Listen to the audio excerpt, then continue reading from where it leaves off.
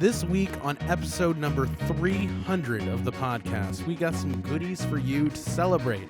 We also going to talk about sports ball. The Patriots dynasty is over. The Ravens will play the Titans, and we'll talk a lot about the other NFL playoff matchups. And for your consideration, quick little Golden Globes recap from Corey and Corey alone, because he's the only one who watched the thing.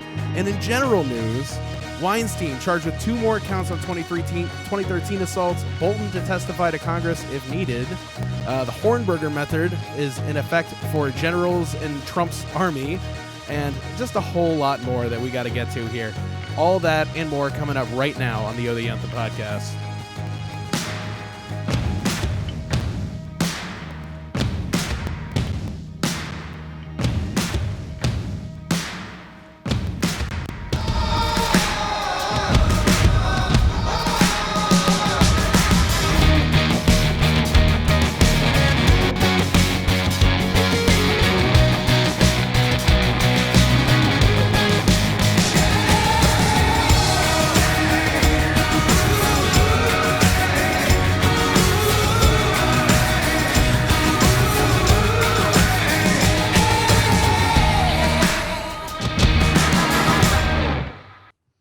This is Sparta! I've only been waiting 300 episodes for that to happen. This is Corin, this is the O The Anthem podcast. I'm so glad you're alone. What the hell, Rob man? is nowhere to be found. What the hell? What is going on here? The important part is people can still hear you. Yes, that's good. That is the important part. They don't need to see what's going on here. Literally was working just 2 seconds ago. And I'm not even on my own screen. I'll work on that. Anyway, so... thank you for joining us. Welcome to episode 300 of the O The Anthem podcast. Where everything works flawlessly all the time. Jesus Christ on a cross. Anyway, so reboot that. Thank you for joining us. Welcome to episode 300 of the O The Anthem podcast. Coming to you from the hashtag OTA LA studios high above the 110 freeway in downtown Los Angeles, California. Thank you for joining us. Yes, thank you for listening on your podcatcher of choice. The easiest way to do it, again, anchor.fm/O The Anthem. You want to listen on iTunes or Apple Podcasts, you can go there. You want to listen on Google, you want to listen anywhere. It's all right there, easy enough for you to get. And yeah, I don't see why you wouldn't if you're trying to figure out where to listen to our podcast on. I figured out the problem. So the problem is that the camera's deactivated while we were running the intro video, and it's not starting back up. So I'll fix that in a second. But just remember, you can... Have you tried plugging it in and plugging... Oh, my gosh. So, yeah, as a reminder, you can find everything. You can find O The Anthem at O The Anthem on Twitter and Instagram, Facebook.com/O The Anthem. Check out all the videos at YouTube.com/O The Anthem, and everything O The Anthem related at OTheAnthem.com. Yes, indeed. So, do you want me to just pontificate? Yeah, just go for a bit. I'll chime in. I'm the ghost sitting on the right-hand side. So this is episode number 300 for us. That's 300 consecutive weeks with episodes. Small round of applause, I think, is deserved for this moment. Thank you. We have decided to celebrate with some new things. First of all, we will have a brand new website, hopefully up tomorrow, assuming that everyone plays nice and allows this transfer to happen quickly. Assuming that we don't have the same problems with the website that we're having with, the podcast. Yeah, the actual show that we produce on a weekly downer. Oh, Jesus, yes. Have you tried unplugging it? No, so it's starting up. Oh, is it? Mine takes forever to start up. I don't know why. Just to magically Rob will appear. In addition, there is... Are you trying to come up with something? Wait, no, I was going to the... It's a new website sound effect. In addition, we have a new T-shirt to celebrate all this time that we spent in Los Angeles, which is now, believe it or not, longer than we spent in the the studio deep below the earth in Parkville, Maryland. But as we saw in the old episodes there at the weight screen, I don't know how Corey feels about not being at Parkville because, long-lasting memories of smoking while doing the episode. Show, yeah. But to be fair, if we were going, 2.5 hours like we did sometimes, maybe. Well, we had to do the Patreon things before, too. Oh, that's right. So it was like an extra half hour beforehand where we were doing like the pre-show. I'm going to add it back in. I'm just adding it back in. Creating it Just again. ignore me. Yeah, we're doing it. We got this. So a brand new T-shirt honoring downtown LA is going to be available. It's a really snazzy little thing. I'm getting one, by the way. Listing all the streets here in downtown LA, much like in the style of the John, Paul, Ringo, and George shirts you used to see and stuff like that. Only more streets than Beatles. Yeah, way more streets than Beatles. But I like it a lot. I think it's cool. We also realized that Spreadshirt decided to open up their platform a lot more. So there are going to be options for every single one of our designs and a whole bunch of new different apparel. Ooh, there's a little bit of Rob. Hey! Taking up my space. Sorry, let's ignore the man behind the screen. All right. So nice of you to join us finally. Yeah, there we go. Let me get... I think the size problem, but this will work for now. We're in. It'll be okay. So the Baltimore Corner shirt, Sorry. It's my little child. What if I was this tall? Hey, Dad. Are we doing the podcast now? I shall call him Mini-Me. Oh, Vern Troyer. Pour one out for Vern Troyer. So all the T-shirt designs and stuff like that we had before, which we always wanted to make as open as possible, just didn't want to it was a lot of work to go through and individually add items. And you used to make every single item yourself. Yeah, I used to have to go through single-handedly and create all the items. Now it's a lot easier to sort of batch it across an entire line, and that's what we're gonna do. So if you want a Baltimore Corner sweatshirt, go check it out on the new O The Anthem website with the new O The Anthem store. Yeah. We, of course, have to update the O The Anthem store because I was originally doing it with all the T-shirts we designed, and then I'm like, what's all this? Yay, Spreadshirt, thank you. But a little heads up would have been nice on that, actually. So they probably did send me an email, and they just they just put it as something you're gonna want to check this out as the subject line. I'm just delete. Don't need that. Definitely not something I'm gonna want to check out. Why would I? Why would I ever want to check out anything? Oh wait, let's check out the most important screen that we have. Nope. Not even close to working. What are we going to do? All right, we'll stick with this. This is fun. Oh, so you guys didn't even see that on the program. I'm just checking it out in studio mode here. Let's get out of that. But not to overstate that it's not just the Spreadshirt store. Although there's a lot of really cool stuff on there. And now that you can kind of do it yourself, I think that people will be able to find you know what? I don't like black. I don't like white. What else you guys got? Well, hey, check out this design on a pink T-shirt. That's the other thing. It opens up colors as well. So I'm going to, as part of my process of getting the website up over the next 24 hours, I'm going to be going through and selecting which ones make sense for different designs. Because we designed certain shirts for black and certain shirts for white. Shirts that have white type do not look good on shirts that are light gray. Yeah. So you got to delete those. But I mean, Rob also made the point. If they want to buy white on a white shirt. If Who you am guys I to stop them? If you want some kind of terrible design, maybe it'll be some sort of Supreme thing where they sell out all of a sudden. Yeah. And I do think that we should do just a logo by itself. You get a nice polo with the logo on it. That's definitely going up soon. Yeah. That goes on top of. Did we ever talk about the T-shirts for your books and stuff like that too? I think we did it was talked about when we talked about the books, and it's been so long since I released a book. Wait, I had it right here because we had to pull up a link. June 2019. It's 6 months ago. Yeah. But I'm just used to December. Usually I release books in December. But I think I had 2 last year, I want to say. I think I released 2 last year. Working on a book of poetry now, though. Branching out, so. Nice. Look at you, Sylvia Plath. Hopefully I don't end up with my head in the oven. But yeah. Oh, the point I wanted to make, though, is that not just the Spreadshirt store has been revamped. We're also working on the whole website. Corey has redone the entire website. Yeah. So if you're thinking the store, that who cares about that? No. Everything is available all in one place. Yeah. Episode, let's see, first one, 200? 100? Is it 100? Or 1?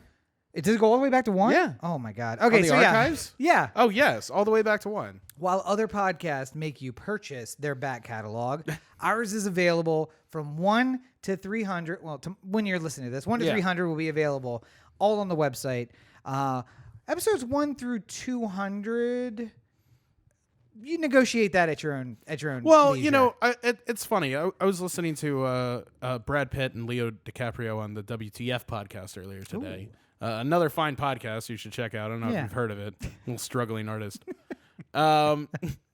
They were talking, and it's just so fun to listen to people who are like made in their careers. Yeah. Like, Leo and Brad can just sort of shoot the shit and have fun. They don't have to worry about like the over politicization of like everything they say. Somebody's in the putting same them in way. something. Yeah, I mean, like if you're young and up and coming, you sort of have to worry about like what box you're going to end up in. Yeah. At this point, people know who Leo and Brad Pitt are, and like they've already decided whether or not they're like on him or not. So like, but it's just sort of interesting to hear people talk, and I think that if anything, the 300 episodes that we've released is like an interesting idea into that sort of spectrum. Yeah. So like go from the beginning and see how much things have improved and how things have been different, and like even I was watching in the intro when we were showing like the old episodes where we had the video up top and the sidebar on the side and everything like that.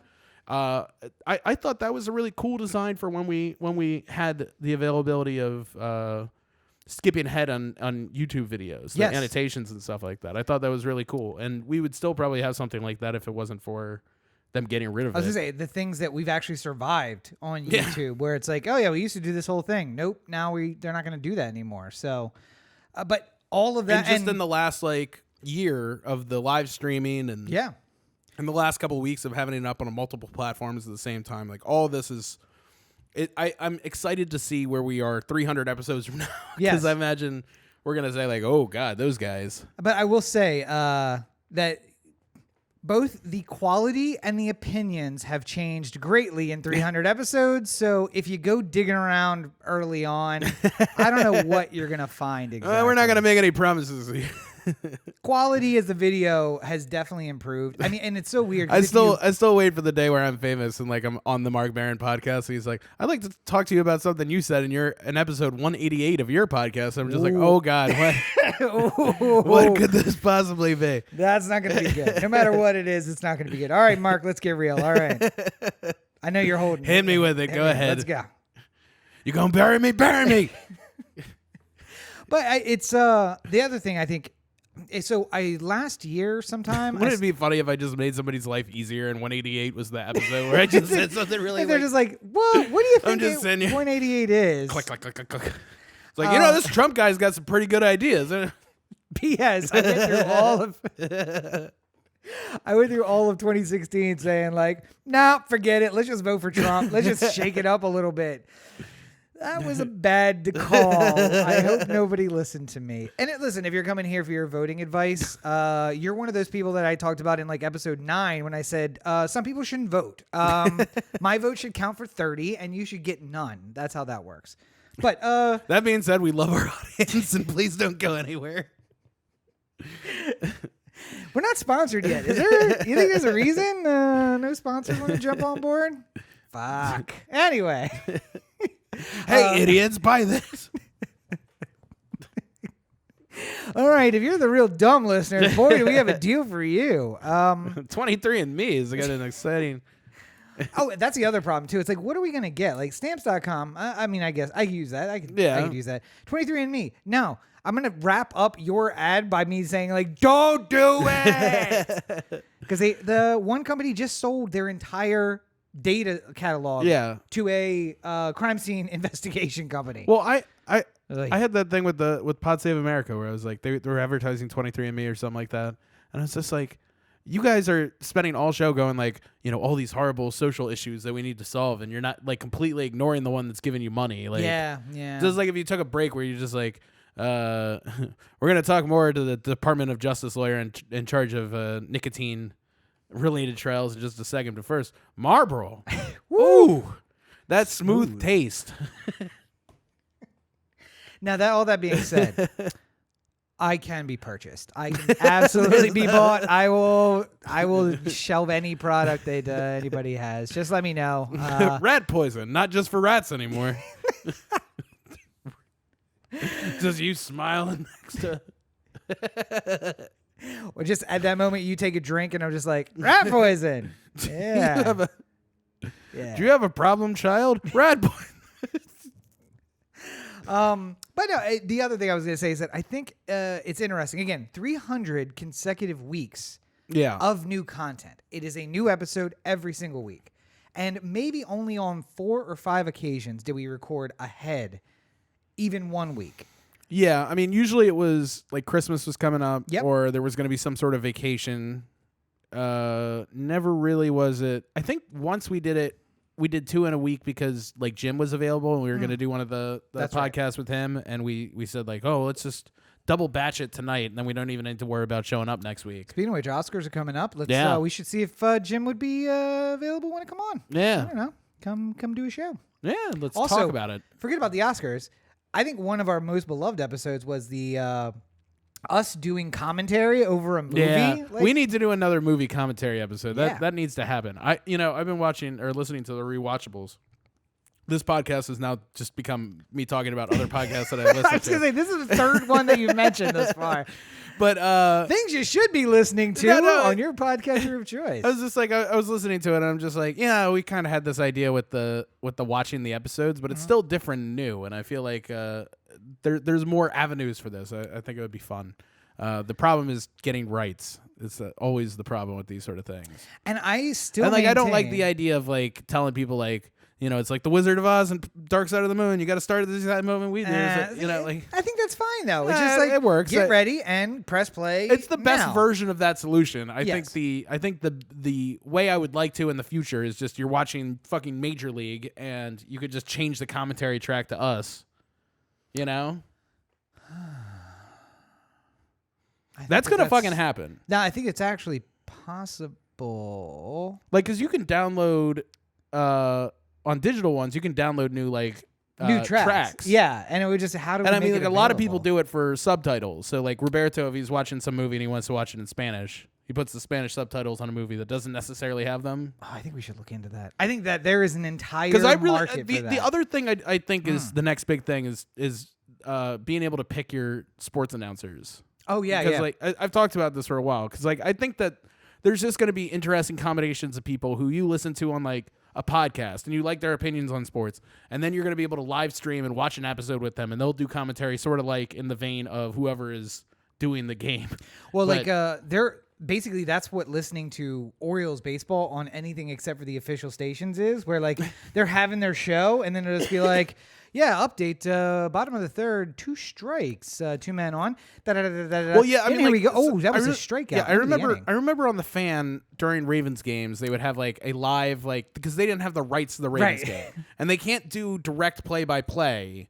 But what you would get is sort of just like, so do you think Joe Flacco is done with this team? We should move on to Lamar Jackson. That's a 3rd and 17 completion by Joe Flacco. Right, yeah. And honestly, sometimes better rather than doing the like Joe Flacco lines up behind center and the pass is caught by Willie Snead, 3rd and 17 or 18-yard reception on 3rd and 17. It's honestly sometimes better because then you're like not caught up in all the details. You get like the color, but it's real color. It's not just filler in between plays. Yeah. It's like we're having a conversation. Stop. And it's always funny when something really amazing happens and you just hear some guy go like, "Whoa!" So there was just an incredible catch you missed. Yeah. But so my original point, which is 300 episodes, is over 5 years of content coming up on 6. Good God, coming up on 6 years. And the important thing is, it's also a chronology of the last 6 years of life. Yeah. And I'm not one to talk about my personal life so much on the podcast, but I think that at least what we have done and the things we're working on, when I listened through to get sound bites, because I was going to build a soundboard of some of Corey's more, inappropriate things, so I could just make drops whenever I wanted to. So many moments of hashtag socially acceptable racism. Me just being like racist. But no, it's so weird because like just those 2 things right there. As soon as I went to think of something, I flash back. That racist was at least 2 years ago, like a year and a half, 2 years ago. Mm-hmm. And socially acceptable racism was Parkville. Yeah. So that's at least in the 4th year of 4 years ago. So we got like our entire lives are been put down on tape. Well, not the entire thing. There was some time where we weren't live streaming everything we were doing. Wait, The olden days. I was gonna say, do you remember when you Back used to before say broadband internet existed. we used to say I'm gonna go log on to Facebook? Now we don't log on. We're always here. We live here now. But no, I think it's good that we have that kind of chronology. Could come up to You bite just us in the walk ass, up in but- your living room and go, call Wob. And the moment he figures out that there's a mute button on there and mom has muted that thing because it's just always listening, then he'll be fine. But instead, you just go and look directly at the portal and scream, "Call Wob!" All right, we feel like we should call you because he was just screaming at the portal. And then literally all he says is like, "Hi," and he goes off and plays. By the way, first day of school today. I know. Look at him. Man. Look at that little man. 2 years old, folks. 2 years old. And it's not school. It's advanced crayons and He, like me, basically placed into a program that is much like school. It's not daycare. It's not go sit and then watch TV and stuff. It's like structured program for is he being daycare. watched by Professor Xavier or something like that? Or Well, listen, I don't want to say that his intelligence isn't of the mutant variety. We do share genes after all. But no, I don't think it's but it is like they have a dedicated childcare provider, but they also have teachers, and they have like the nurse on staff and like the whole 9 yards. So Yeah. Maxon, when you listen to this years from now, because God knows I'm not going to let you listen to any episodes of the podcast until you're like 13. until I'm dead. Probably so. But yeah, so this was your first day of school, and I wish I could have been there. I'm super proud of you. And I am looking forward to all of those educational advances.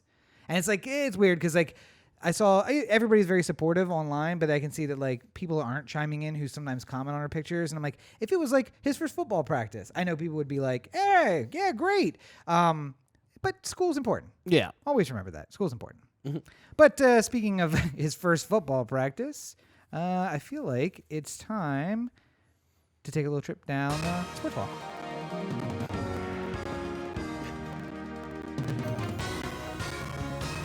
Where you get the straight storps. I found it and then hit it before I was ready to do my Oh, proper that's the setup. one. That's the one. Oh, shit. Sports walk. Anyway, luckily not a lot this week in particular. Well, we had the week off, so we were able to enjoy ourselves. The last time that happened was never. Either we're done. I've never had an enjoyable wild card weekend up until this one. Is there? No, because in 2000 they went in. They didn't have wild card weekend. It was just. Did they? Yeah.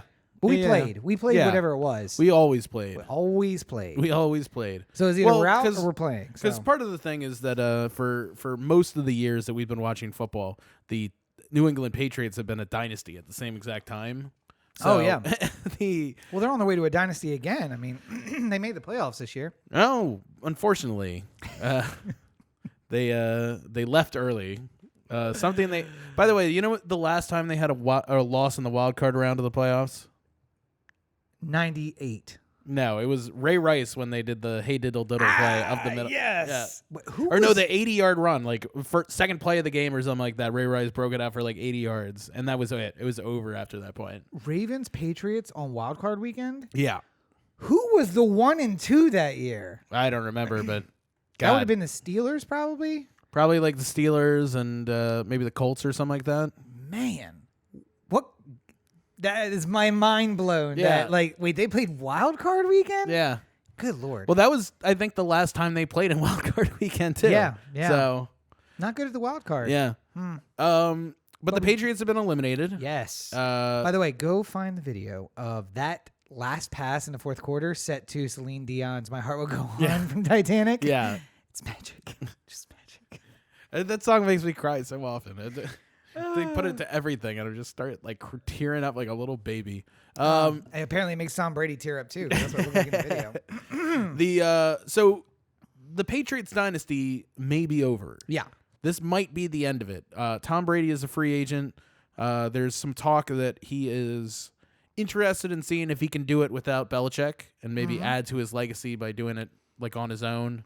Belichick probably doing the same thing. Yep. There's some conversation that he might be back to. Like, this isn't over, but it's kind of interesting where this might go, because for the first time, Tom Brady might actually test the market. You got. I have like a feeling that something in Bill Belichick says, I can grab Nick Foles off the market. I can grab Fitzgerald, the journeyman quarterback, and I can build a Super Bowl team, or a playoff team at least, around him and show once and for all, Tom Brady was a gear in the machine that I built, not... And I'm sure Tom Brady has a bit of him where he's just like, I go to a team that's close and I take them to the Super Bowl, and people are like, Tom Brady did this. I was going to say, one thing you mentioned in the pre-show meeting, he comes to L.A. and goes to the Chargers and makes them competitive from where they were this year. And it's like, oh, wow, so Tom Brady really is super talented. Well, and I mean, like, specifically for a team like the Chargers, they need to sell tickets like immediately, like yesterday. Gotta fill StubHub Center, man. Or no, next year at the SoFi Stadium. So gonna have to find 65,000 rabid Charger fans to fill your seats. No. Because we know 45,000 of those are going to be purchased by whatever Northeastern team has fans that wants to get out of the weather. So really, you only need 25,000 people from Chargers. Still, that's about 24,500 more than they currently have planning to show up on any given weekend. So it's gonna be super funny when the Oakland Raiders might do the Chargers well to bring in somebody who might sell some seats. When you get this Tom Brady Antonio Brown thing going for once. Yeah, man. I mean, it's not out of the realm of possibility. I think it's gonna be super funny that the Oakland Oakland, now Las Vegas Raiders are going to be like selling out game after game after game after game, and the Los Angeles Chargers playing in I guess because there are more season ticket I'm gonna blow your mind here with this one. There are more season ticket holders from Southern California who have Raiders season tickets in Las Vegas than there are people who have Chargers season tickets in Los Angeles. Believe it 100%. Believe it 100%. I think there are more season ticket holders for the Ravens in Southern California than there are Chargers season ticket holders at this point. That one seems like a bit of a stretch, but the math adds up. You have season tickets. Not anymore. I mean, so your family has season tickets. Well, I mean, if at any point you were allowed to have season tickets, you count for this list, or? Well, no, I mean, you have access to season tickets. Not anymore. Your dad doesn't have season tickets? Oh, I didn't realize. No. Oh, wow. The dynasty is ending for so many families. Okay, well, no, I was just going to say that makes Well, Kaepernick took a knee, and then everyone had to sell their tickets, and now... Is that what happened? No, I'm just kidding. I wanted to see if I could get your steam to come out of your ears and would not put it past your dad to be like, I'm done with the NFL. Nope, giving him my tickets. Nope. I was telling Rachel it would have been a great investment strategy to take everyone's tickets when they sold. Yeah. Because now Lamar Jackson and everyone wants to get back in the stadium. Look who comes crawling back for their tickets. And we do the, it's not, what is it called? Because you don't just buy the ticket. You have to buy the right to buy. Yeah, the PSL, yeah. Yeah, you have to buy the PSL and then buy the tickets on top. By the way, Chargers fans, that is how you show you're a rabid fan base. When you can't even provide enough rights to buy tickets to everyone who wants them. There's a list for PSLs. And then there's also a list for people who have PSLs and can't get tickets. Yeah. It used to be that the Redskins had like a 20-year wait on season tickets. Yeah, they're the only team. So yeah, at one point. Yep. So not anymore. Anyway. Anywho, yes. The Titans beat the Patriots. The Patriots are done, maybe forever. There was much rejoicing. Yes. But now the Titans come to the bank and take on the Ravens on Saturday night. And they're going to find Lamar is no Tom Brady. Well, I like the attitude of this team where it's whoever we face is the most important person on our schedule, and I think that the Ravens are excited to face a team like the Titans because while they're not as wily as the Patriots can be, I feel like it's a team that the Ravens should be able to handle all right, and I think that if we play our game the way that we want to, then it should work out. But I'm not taking anything for granted. I'm not. Also, I've seen no evidence that this is true, but I'm going to put this to you. If this was a Flacco team, Flacco would go into maybe Monday, probably Tuesday, and start watching game footage of the Titans. I have a feeling that Lamar was standing outside the video room watching on his phone, and he's like, all right, okay, pull up the Titans stuff. And he's like in the room on Sunday or Saturday. Like, I'm getting prepped now. Show me who I'm going to play. All right, good. Pull up the Titans video. Let's go. And not that it's more professional or less. It's a guy who I think has not a chip on his shoulder, but he wants to prove that he is the guy. Yeah. Versus Joe, who kind of came in and was just always just like, I'm the guy. I sell you bank information. Yeah. I mean, like First Mariner Bank, the greatest bank in Baltimore. First Mariner Bank. The worst commercials ever. I don't think that's entirely fair. I think that Joe, when he was at the point in his career that Lamar is now, was very hungry and very, like wanted to prove himself all the time. Of course he was hungry. I just feel like white guy from Delaware. I just feel like Lamar's got a great mindset for being a quarterback in the NFL at this exact moment that he is. Like, I can't tell you what Lamar is going to be like in 10 years if he continues to have success like this. Like, maybe it'll go to his head over time. I find it hard to believe that it wouldn't at some point. Yeah. But right now, he still seems very, like, guarded and very, like, humble, and I like that about him. I feel like it brings up the spirits of everyone around him and why he's such an important leader to his team. And much like the dynasty of the Patriots is likely done, another playoff game you're going to be able to see this weekend, Chiefs versus Texans. And I say that to say these are two teams you're likely to see in the playoffs regularly for the next 10 years. Chiefs, Ravens.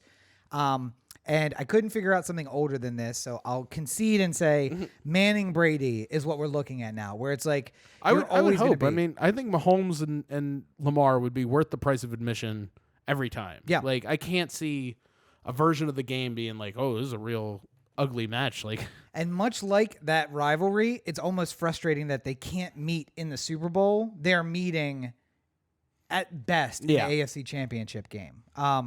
Even though apparently the Patriots met the Ravens in the wild card round, which makes no sense to me. But I just feel like it's going to be a lot of 1-2 from here on out, where we'll get the buys, and then eventually it'll be the AFC Championship game. So. Well, I mean, like right now, do you have a favorite in Chiefs Texans? Well, so here's the problem. I just don't trust Bill O'Brien at all. I think the Chiefs, I don't trust Andy Reid in the playoffs, but like I really don't trust Bill O'Brien. I think the Chiefs are the better team. But Andy Reid finds a way to ruxin himself no matter how he gets to the playoffs. And he's like, you know what? We never put Mahomes out on the wing and let one of those guys throw the ball. Like I was watching the Bills game, and I'm just like, did you see the like fake or the lateral that? Yeah. No, Josh Allen tried to do at one point. We were at Chili's or Applebee's or something like that in the suburbs, and I'm like watching the game kind of out of the corner of my eye, and I'm like, what is going on in this game? He's like trying to save Bill O'Brien. He's just like, I heard your job's on the line. I don't understand the coaches who like, because Andy Reid's a great coach. History has shown he's a great coach. Yeah. But then even 20 years, 30 years in now, he gets in the playoffs and you see him just like over on the sideline, like, all right, they're never going to see this coming. It's like, you have Patrick Mahomes. Stop calling plays. Let him go out there and call the plays. Don't let him do the double reverse quarterback sneak. We don't need to Statue of Liberty play with a reverse. Like, we don't need any of that. Just go. Let him go run the team out there. If I see him press his hands Andy to Reid his with a cuff, piece of paper and pencil, he's like, all right, we've never done this before, but let's give it a whirl. So wait, you want me to throw it to the other team's defensive back? Throw it at his knees, it'll bounce up and into the arms of Priest Holmes. Priest Holmes doesn't play on the team anymore. Just joy. He's in the stands, all right? I got a plan here. Here we go. So he's just gonna come and wear Damian Williams' jersey. It'll be fine. Nobody will know anything. Okay.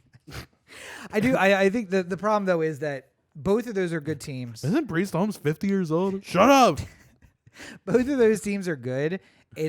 I think one of the coaches is going to make a bigger mistake than the other coach, and that's going to be what the game is about. The whole Bills-Texans game was just like coaches making awful decisions, like one after the other, and I just couldn't even. So at one point the Texans were up by 3, and they had it on like their 20, the Bills 20-yard line, and it was 4th and 1, I was like, okay, so they'll kick it, and this will be over because they'd have to score a touchdown to be able to like get over top of it. Yeah. But they're just like, no, we're just gonna try and put him out right now and do a quarterback sneak for the 1 yard. But then, like, people forget, like, they march down the field for the field goal and they get the game tying field goal. So it's like, well, they would have kicked the field goal before. This wouldn't be this wouldn't be an option. Yeah. Yeah. Like, I don't understand why you want to take the points and like just all kinds of dumb like stupid mistakes and like. Like taking Sean Payton with the timeout left with like 2:40 to go and letting the clock run out to the 2-minute warning and then never using the timeout. Like all of it doesn't make sense to me. My advice to coaches this week is take the points and don't show up for the game. That's really because I don't feel like there's a lot of coaches making good decisions. But I mean, not to stick to the AFC, Seahawks, Packers in the NFC, 49ers, Vikings. 49ers Vikings is the interesting one because I am just interested to see how Jimmy G does leading a team into the playoffs and then getting to the playoffs. Yeah. And it's going to decide whether or not I think they're a really good team, but there's something about the pressure cooker that is the playoffs that just like shows you different angles of people that you didn't know were there before. And 49ers had the bye, right? They were the number 1 seed going in. And I feel like that is almost a disadvantage for Jimmy G. It would have been better to not have to sit and watch football for a week. It almost would have been better to be like, nope, just another week 18. Let's go in. We're going to go play. Week 19, let's go. We're going to go play. That bye kind of lets you sit and think. Yeah, but I mean, like, also the number of teams that make it to the Super Bowl who are one of the top 2 seeds. Huh? I mean, like, obviously they're the best teams, so they're more likely to make the Super Bowl all the time, but, like, those buys do seem to help. So, well, yeah, you get the guy who's just 17 weeks in of injury and just, like, give him a week. 2 weeks, really, to recover before the next game. I mean, it's an advantage. I don't know. I think that's a more interesting game. What is it? The Seahawks Packers. I don't know.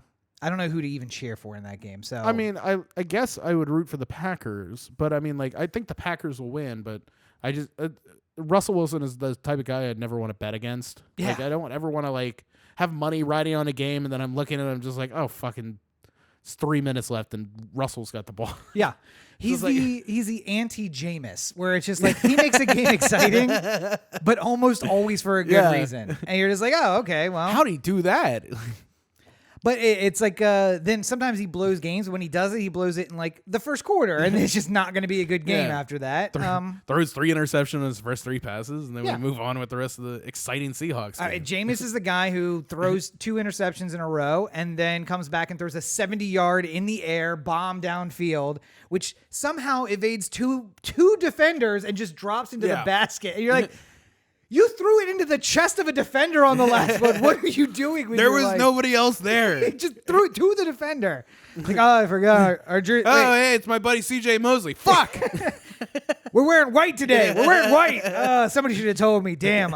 Okay. All right. Well, but it's I don't know. I agree with you though that Russell Wilson is dynamic and he could make a difference in a game.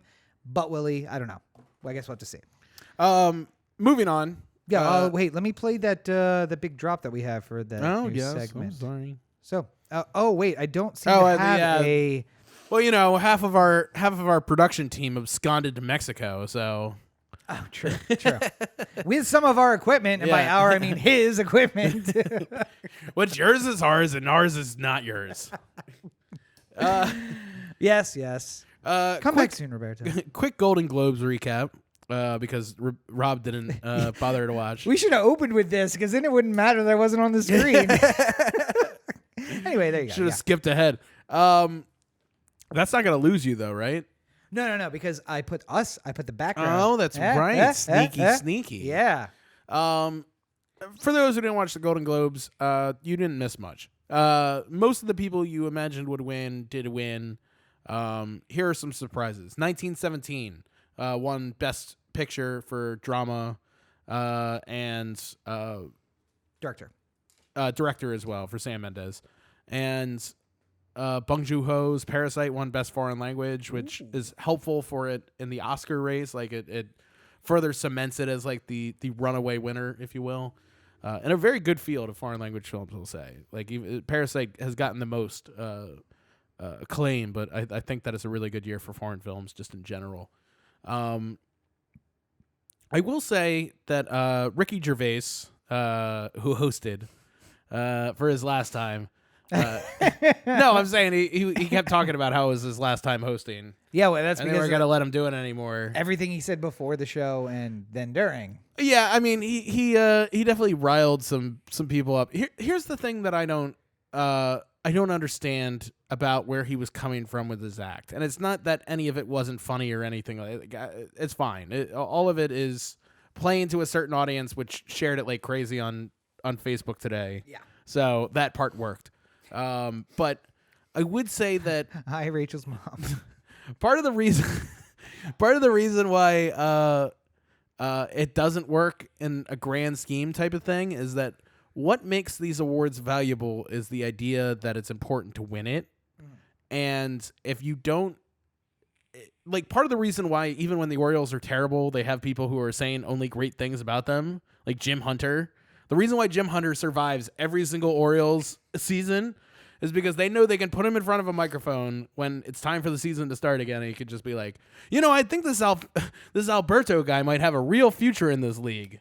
And you're just like, and sorry to jump in here, but that is the reason why you actually, it was pre-podcast, by the way. We went into some years being like, you know what? We could still do well this year because we got sold a bill of goods by the announcers who were just the only people we were listening to was Jim Hunter. And he's just like, you know what? If things go right for this Jeff Fiorentino guy, I could see him winning an MVP. And I'd just be like, well, I guess he's good.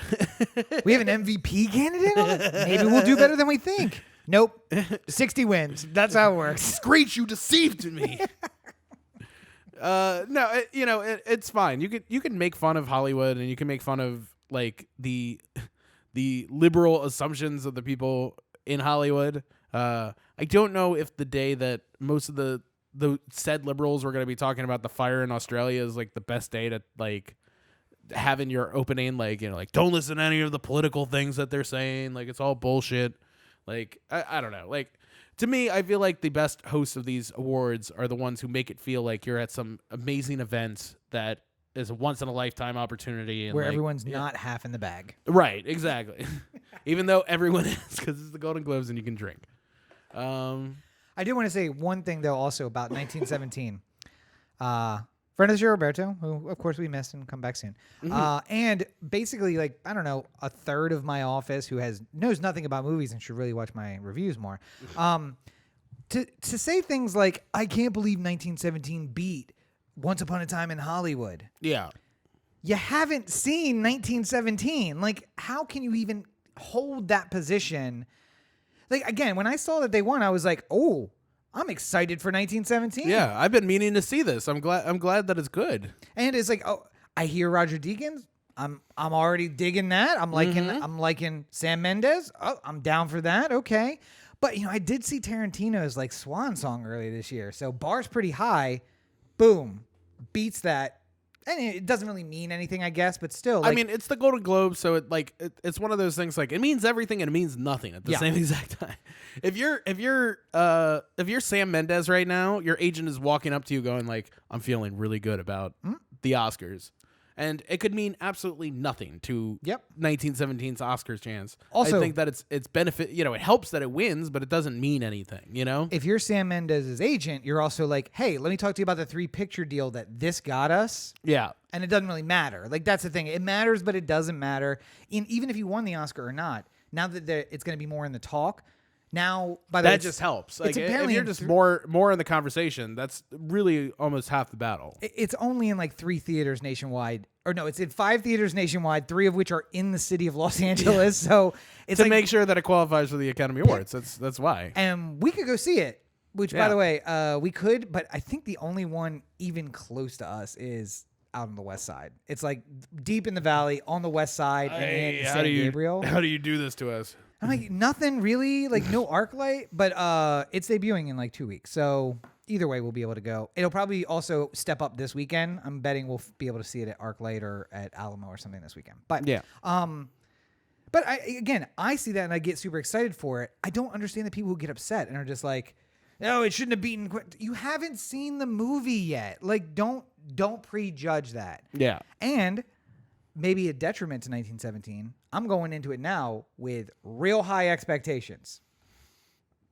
Yeah, I already had pretty high expectations with just knowing who's in it and who did it. Now I'm like, oh wow, okay, so let's see something. Let's see something. That can go one of two ways. Either you see it and you're not as impressed, and you're just like, or it's like a perfectly fine movie, but it's not like, like I felt a lot when Rami Malek won for Bohemian Rhapsody. Yeah. Like a lot of people said to me like, oh, I didn't see it. Is it a good movie? I'm just like, I mean, it's a perfectly fine movie. Yep. It's not amazing. It's not like Historically accurate. It's not AFI top 100 of all time or anything like that, but it's a fine movie, and Rami Malek's really good in it. And you get to sing Queen songs. Yeah, almost all the way through it. Just like singing in your seat. Not with Corey, because he really gets upset I will beat you if you talk. I'll beat you with a hose. But I mean, if you go see it without Corey, you can enjoy the music if nothing else. And he did a great performance. But that was kind of a stacked. I mean, it was nominated for Best Picture. Yeah. It wasn't going to win, but like it was like one of those like it's in the running, so it's in the conversation. It was a good enough movie to be nominated, so I guess there's that at the very least. And good for Rami Malek for getting out there and going to parties, because I will not do that. Part of my deal is going to be like, listen, we get nominated, I'm not doing shit for I kept telling the fun award season game that I was playing last night with Rachel was this guy won because he was campaigning real hard for it. Taron Egerton. Yes. With Rocket Man. He's been literally fucking anywhere in Los Angeles where a person might possibly not know about Rocket Man. There's Taron Egerton ready to pop out and be like, "You want to meet Elton John?" And he's like hanging out at Erewhon in Santa Monica, just like in costume, literally everywhere, just like. Go see Rocket Man. Go see Rocket Man. And it's worked out because he won a Golden Globe for his performance. I won't do that. Does an Oscar follow because he's been playing the game? We'll find out. But and another thing people don't realize is that Golden Globes is the Hollywood Foreign Press Association, and the Oscars is the Academy of Motion Pictures, Arts and Sciences, which are two very different groups. And Sam Mendes is likely to win something from the Directors Guild strongly. He is a director's director. There's a. It's sort of funny. Like I remember somebody made a comparison of like the Academy of Motion Pictures is like everyone who's ever been on SNL. Yeah, is like a member of that group, and the Hollywood Foreign Press Association is just that one sketch Sprockets. It's like okay, that's sort of how it works. But that's why it may not mean anything, because also a lot of those guys may have said like, oh, well, this Tarantino thing is derivative, or maybe they didn't enjoy it as much. Yeah. But they get, by the way, Hollywood Foreign Press Association, and it's a movie about World War I in the trenches of Europe. Not that that means anything, but maybe it did mean something. Who knows? You know, who's to say? So. Anyway, so don't worry about. By the way, I forgot the Golden Globes were on, and then I got a tweet, and I was like, "Oh, Golden Globes," and I checked the tweet, and I saw it was like a little like a recap of the opening for Gervais, and I was like, "Nope." I got some You to watch. I'm gonna keep watching You. I'm almost done. Highly recommend. I say let's skip the Hogan stuff until I have a chance to read on it a bit. And let's just work our way through the news here in a quick and orderly manner. Yep. So, I mean, our first point really, not a lot of news out on it, just more like, hey, it happened today. Harvey Weinstein charged with two cases in California, multiple counts on 2 cases. Oh, was it multiple counts on 2 cases? Yeah, I do believe it was 2 victims, and then it was the same counts. Like, okay. It was like rape and then sexual assault and different stages of that for 2 victims. Might be incorrect. Again, it was hard to find the story after it appeared, which makes me think that maybe the LA Times had an error in their story and pulled the story. And then I had the day from hell. So it was hard to follow up on that. But the important thing is Harvey Weinstein charged in LA, which is somewhat meaningless because he is most certainly going to face charges in New York. The process of that is about to work its way out.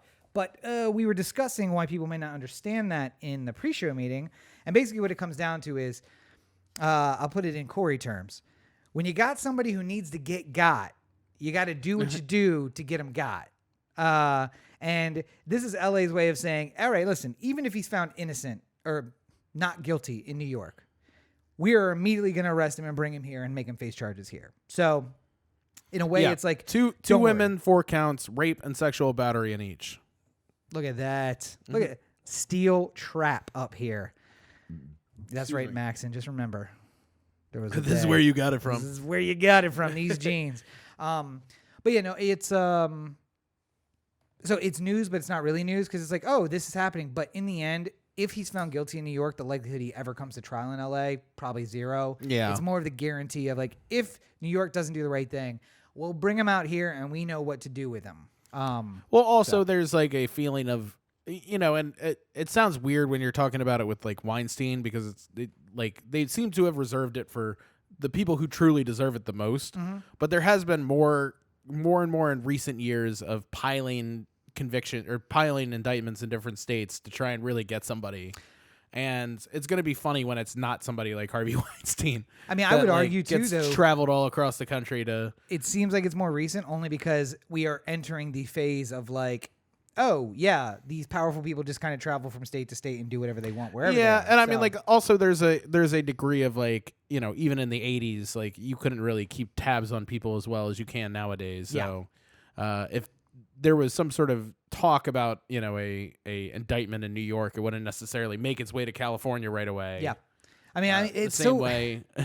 It's so weird because my dad was born in 1937, and when he was 17, a B-24 bomber landed, an emergency landing at the airfield in a small town in Missouri where he was from, and like the entire county came out and just stared at it like, how can something that big actually fly? And that's that.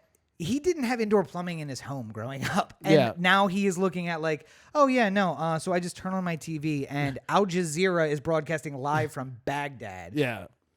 I get video call Rob right now.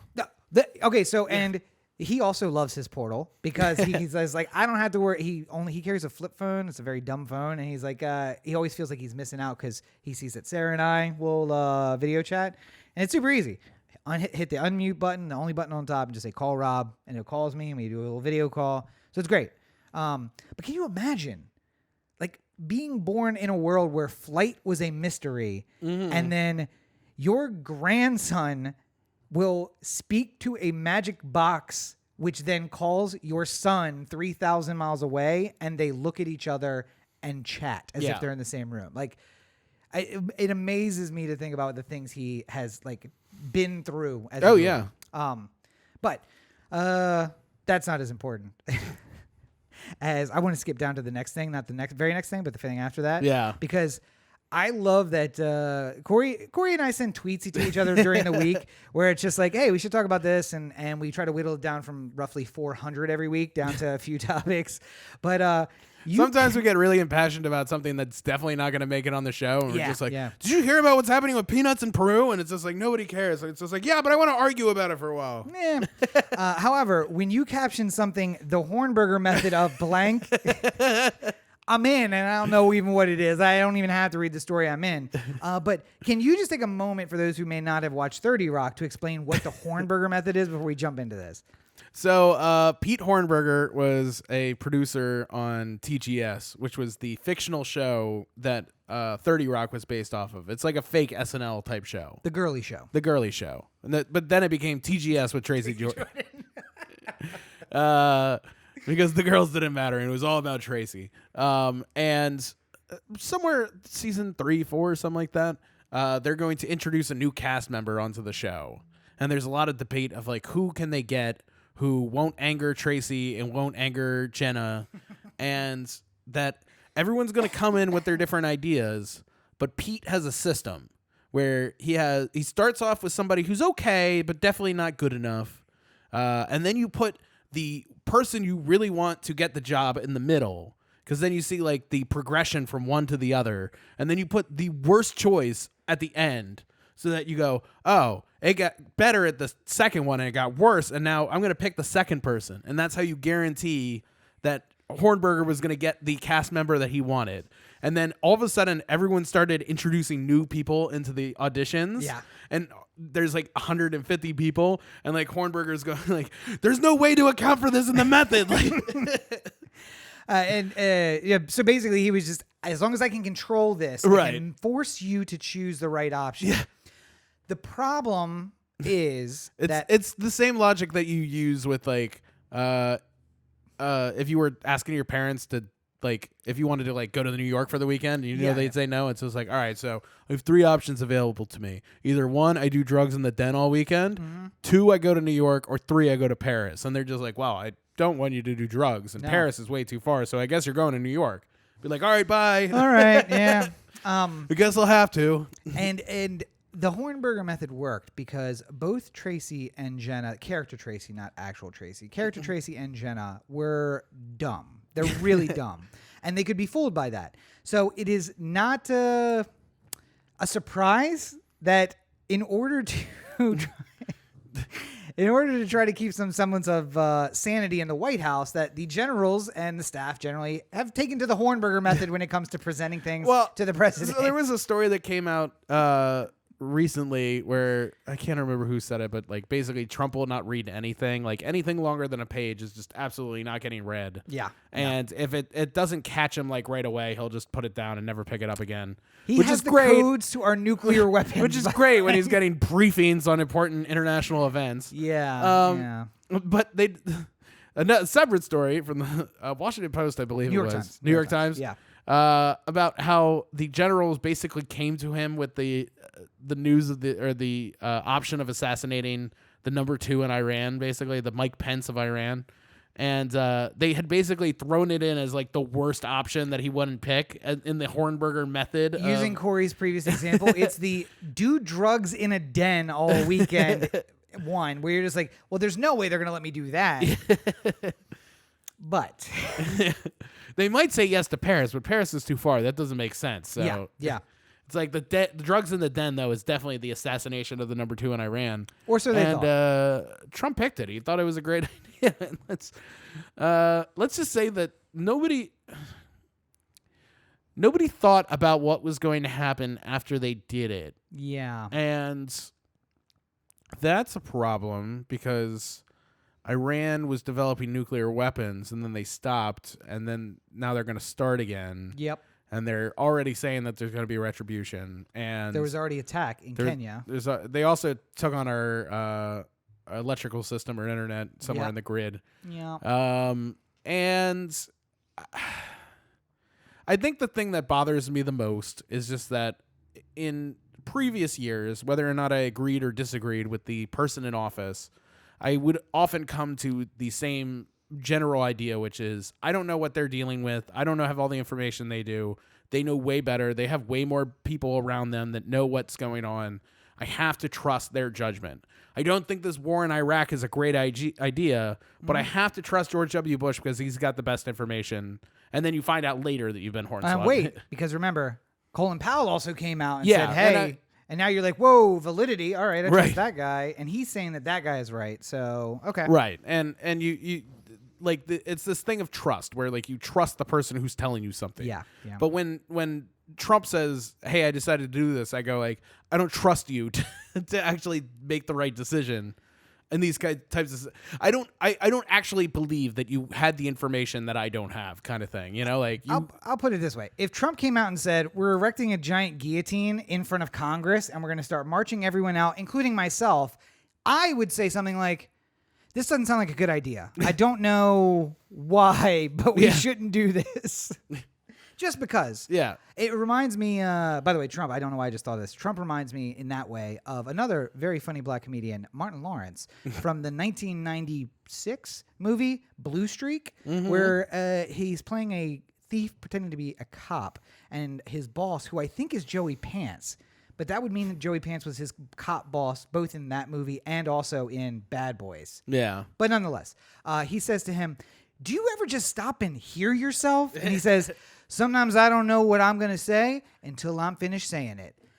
And I feel like that's what Trump is sometimes. Yeah. Like, he's just like, they offer him the 3 things, and he just jumps out and says, well, let's bomb them. Yeah, okay, now moving on. Chicken nuggets for lunch, or what's the situation? And like, whoa. This is a very important decision. We really need to look at it. Yeah, number two.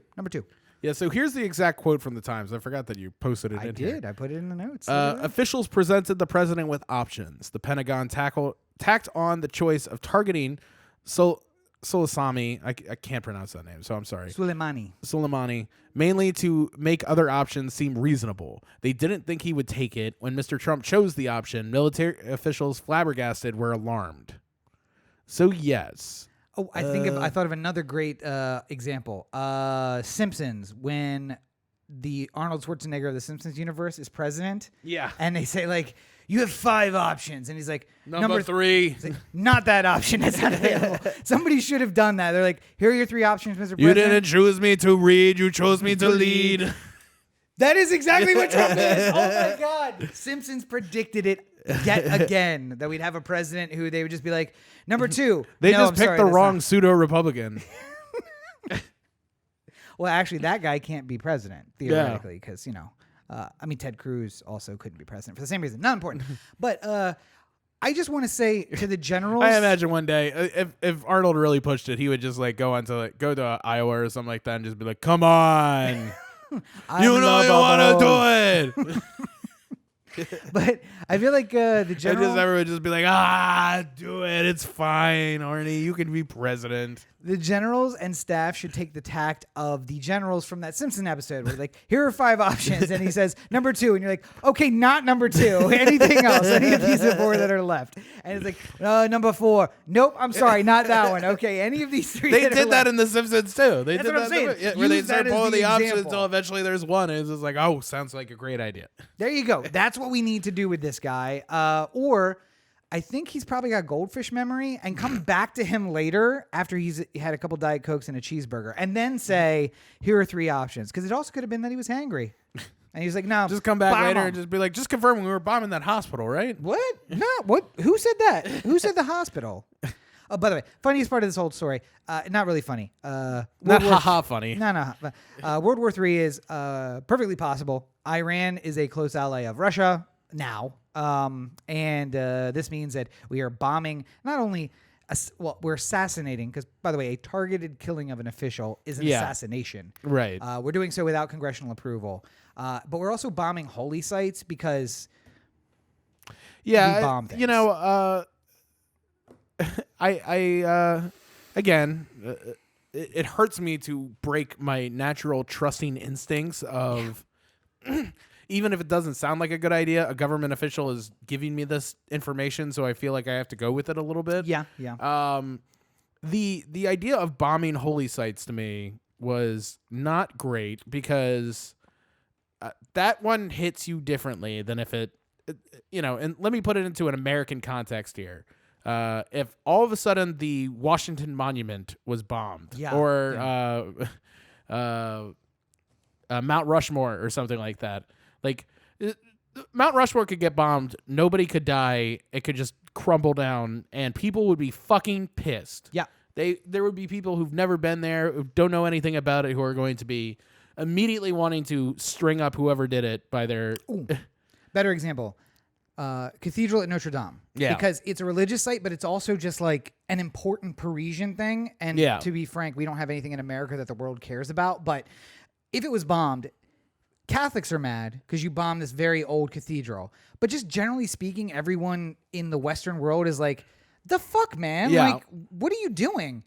Now we went from the 100 million Iranians being mad at us to 2.1 billion Muslims being like, and I mean, Sunnis who hate Shia, don't hate them, but they have a lot of problems with Shia, Muslim, 2 different sects of Islam, are basically like, whoa, not cool. We don't like you now too.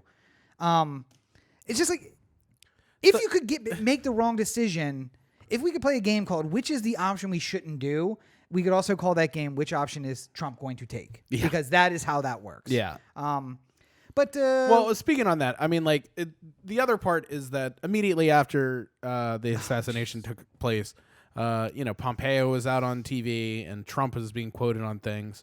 And number one, they've made no clear idea of where this is going or an exit strategy to get out of it, which is the number one thing that you're supposed to Rob, you're about to be in court, right? You have lawyerly things to do. You have to there's a cross of a witness, right? Yes. Do you want to go in there and not know anything about the trial before you go up and talk to the witness, or do you want to know everything about the trial before you? Well, it seems irresponsible for me to go in and start asking questions I don't already know the answer to as a lawyer in, I don't know, a family law case. So I would assume that rule applies to anyone who enters a courtroom or, a government office. Yeah, I mean, I feel like you shouldn't just assassinate somebody and just be like, it'll work itself out. Eventually. And again, the Republicans got more trash talked, even worse, about them for you went into Iraq with no plan to get us out of Iraq. And not only do they not have an exit strategy, but a reporter asked him directly, and there was no half answer of listen, we're working it out, or it's a complex situation and there's a lot of factors at play, and depending how those factors work out will depend how we will exit. He just looked at the camera and the reporter was just like, we don't need no exit strategy. I'm like, so we're occupying Iran now? Good thing our troops are already close, right next door. Well, the number of, again, just put yourself in the position where it's Obama instead of Trump for a second. And imagine for just a minute that Obama or Susan Rice had a statement where it was like, yeah, we did this, and some people are probably going to die, but, shit happens. Which is essentially the in a nutshell version of both what Trump and Pompeo said. And isn't to say that didn't happen because, yes, Obama bombed brown children all over the world with no real plan of what was going to happen, just using drones to kill them. So, right. But nonetheless, yeah. But I mean, it wasn't a targeted assassination of... It used to be that if you were going to assassinate somebody, you'd have to, send a single spy to, cut their throat or something like that. Yeah. I'm not so much for the drones bombing the... say. And I mean, there's also a difference between save that for random school children and women walking. Arguably, you could say that a Al Qaeda leader in the desert in a compound, much different than the second most powerful man in a country we have very, very mixed relations with. If Mike Pence was assassinated, that's the one. That's the one that keeps getting brought up to me, or Pompeo, somebody up top that you know about in the U.S. government. They got assassinated by another nation. You don't think this would become an issue? Oh, and boldly assassinated by him, too. Yeah. Bomb from a drone that could only be that country. Then they ask, and the guy's like, yup, we did it. Put a camera on Trump, and he's just like, yup, did it again. Just And here's the thing.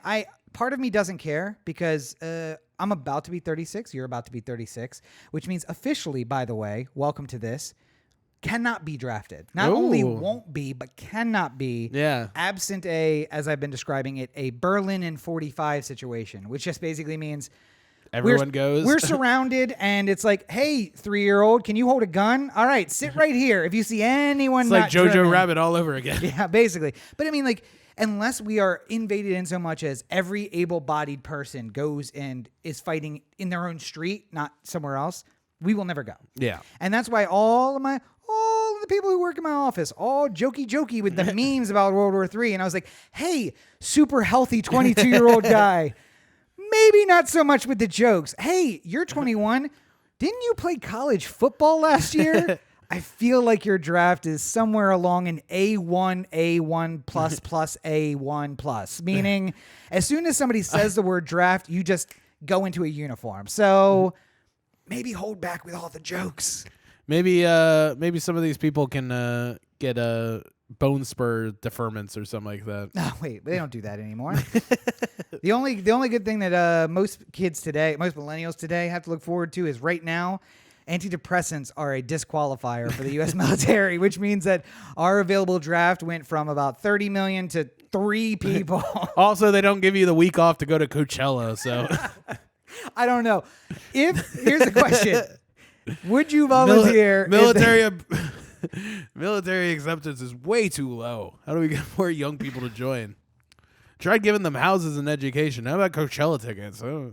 Yeah, listen. Coachella weekend 1 sold out, but guess who's got a bunch of tickets? U.S. Army. All we need you to do is sign up for a brief 8-year term, and we'll give you those Coachella tickets. Don't worry, Beyonce will still be there when you get back. Yeah, what they don't tell you is it's Coachella 2031, and your tickets will be there right after your term is done if you survive, the desert warfare. Just 2 people masturbating on some turntables, and you're just like, man, music sucks these days. Wait, I thought that was Coachella already. Is that not what Coachella is? I've been misinformed. Sorry. But yeah, I've been wondering why everyone goes. I will continue to joke about it because I'm basically a U.S. congressman now. It doesn't impact me at all. And I'll start caring again in, 14 years or so when Mac is getting towards draft age. Yeah. And I've got to start figuring out how I can pay for that deferment. Shepherding him through the 18 to 35-year-old years. I think I'm going to take a year off, gap year. No, bro, you are going straight to college. That's the only way we're keeping you out of Iran. All right, graduate Going school. to college in Canada. Yep, college, graduate school, Canada. That's the order of, or the, God, let's hope by that point, the Independent Republic of California. Come and vote. Come here. Maybe he gets invited to Oxford or something like that. Oh, no, listen, I'm just with this early preschool and all, you can't put anything. Road school. Oh, man. Maybe he would succeed in all the ways that I failed. I'm certainly not going to put all of my wishes and hopes and dreams for my life that never came true on a young person who's 2 years old who, I may have an influence to guide. That would be crazy. Thanks, Mom. Finishing up real quick. Yeah, sorry, let's go. Bolton, John Bolton, has said that he will testify in front of the Senate if they actually have a Senate trial for the impeachment. I interrupted your point, which was if it was Obama, they would have immediately gone into session for impeachment. Mitch McConnell would have been waiting on the floor of the House. By the end of the day, they would have had that thing through. Yep, and Mitch McConnell's like, all right, we're taking this for a vote. Let's go down the hallway. It would have been like Fox News cameras following him, like marching. Well, I guess Ted Cruz would be building the guillotine outside. Yeah. Ted Cruz! By the way, it's time for more My Cartoon President. If this is not a reason to bring the show back, another reason should be I have a Showtime subscription now. So, oh, wait, no. Fuck. Stars. Yeah, the worthless one. No, I do want to see Outlander, but anyway, go ahead. Yeah. Bolton will testify.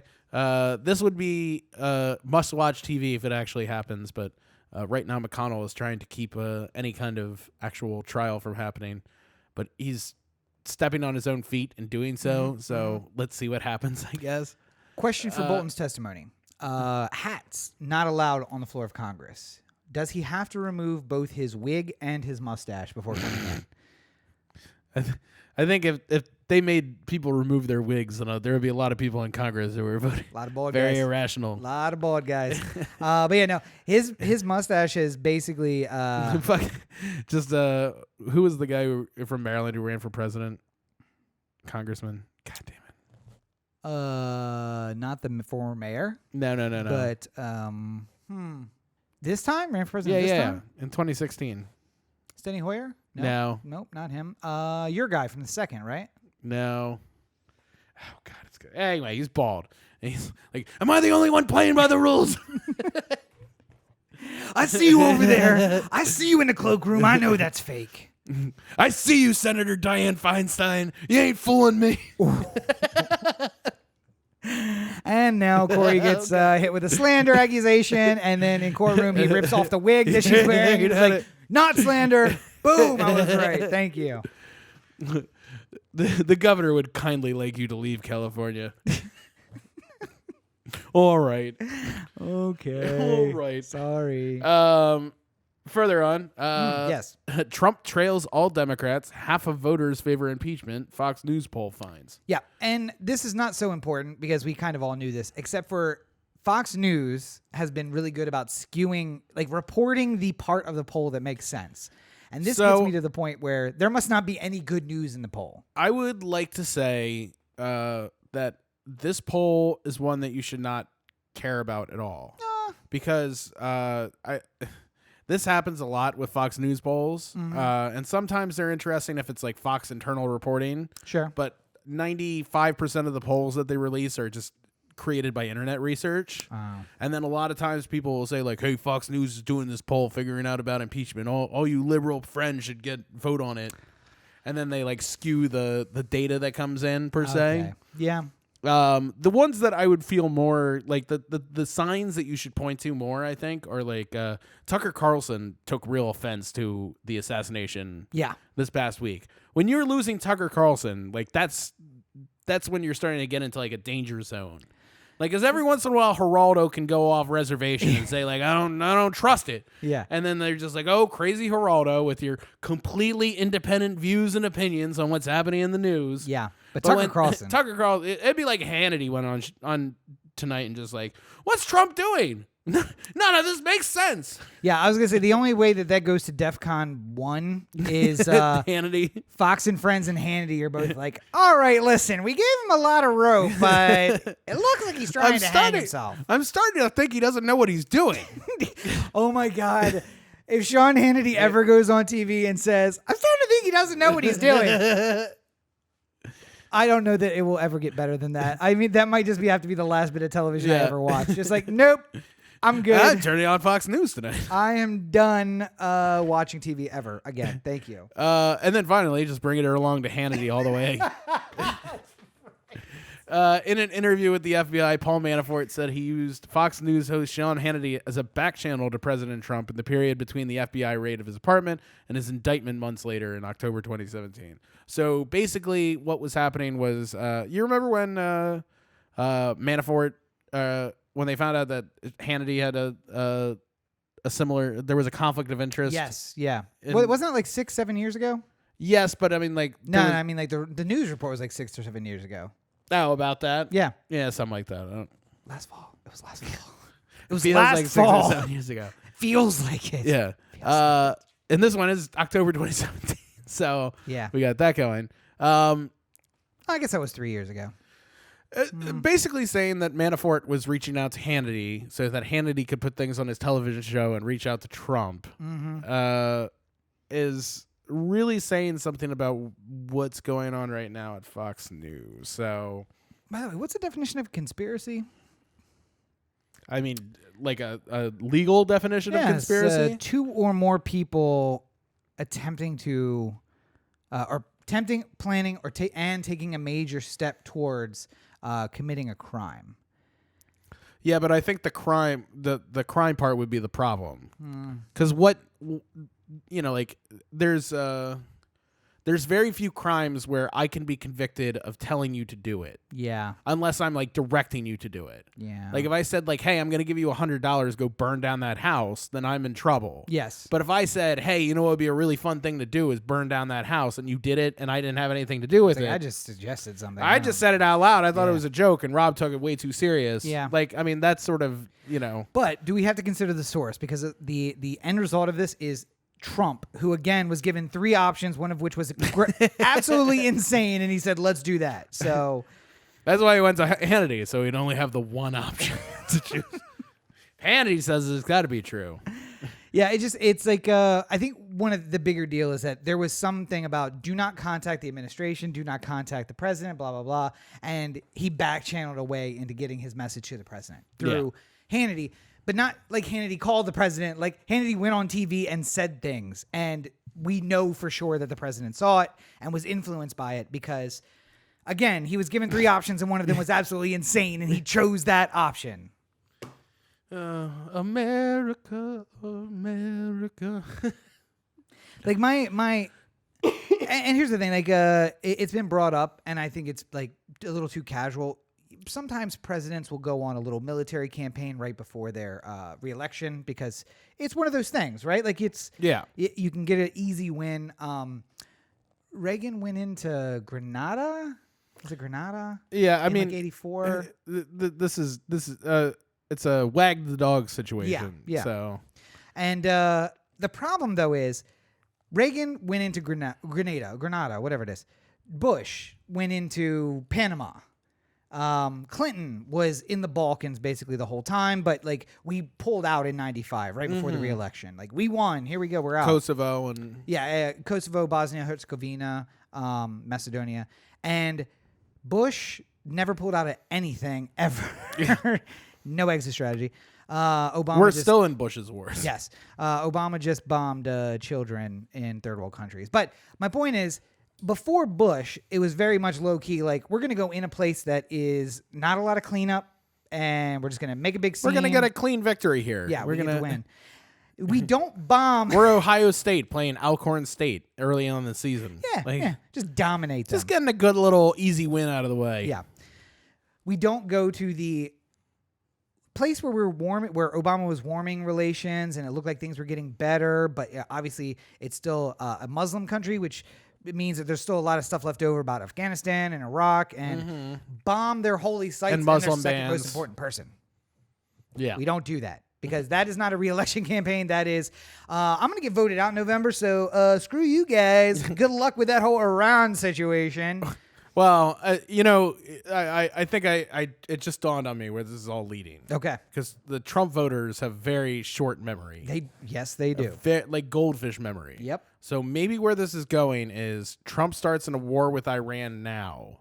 And 6 months from now, they completely forget that Trump started it. And then he goes, look at what happened with the failed Iran nuclear deal that Obama negotiated.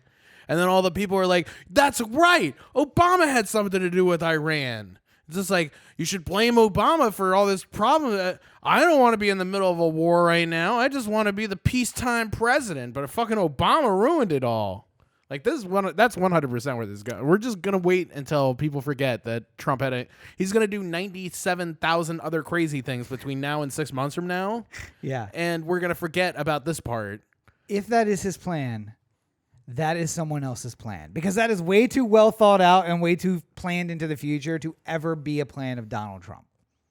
I don't know. I feel like he's like, we got to get involved with Iran somehow so I can tag Obama with this one. Now, now it does occur to me that although he is generally an idiot, it does seem to be a criminal savant and just finding ways to break the law and try to get out of it. So, well, not only that, he just finds a way to say things that like get forgotten about. And like, there's no the problem is that like the going home for Christmas or something like that and talking with relatives about like politics and stuff like that. I don't do that. No. It's just like any conversation where it's just like, well, why is it such a bad, or, like, why does Devin Nunes have to recuse himself on the impeachment thing? It's just like, oh my God. All right. So how far do we have to go back to explain this whole story to you?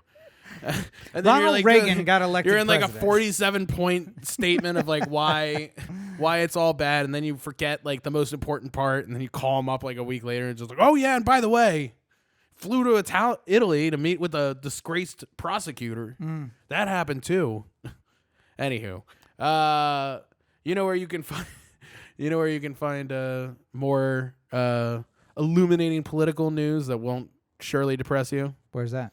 OTheAnthem.com, OTheAnthem.com, with the Anthem of Facebook, Twitter, Instagram, and the listener line 443-219-7595. What's the number again? 443-219-7595. The new and improved OTheAnthem.com. There we go.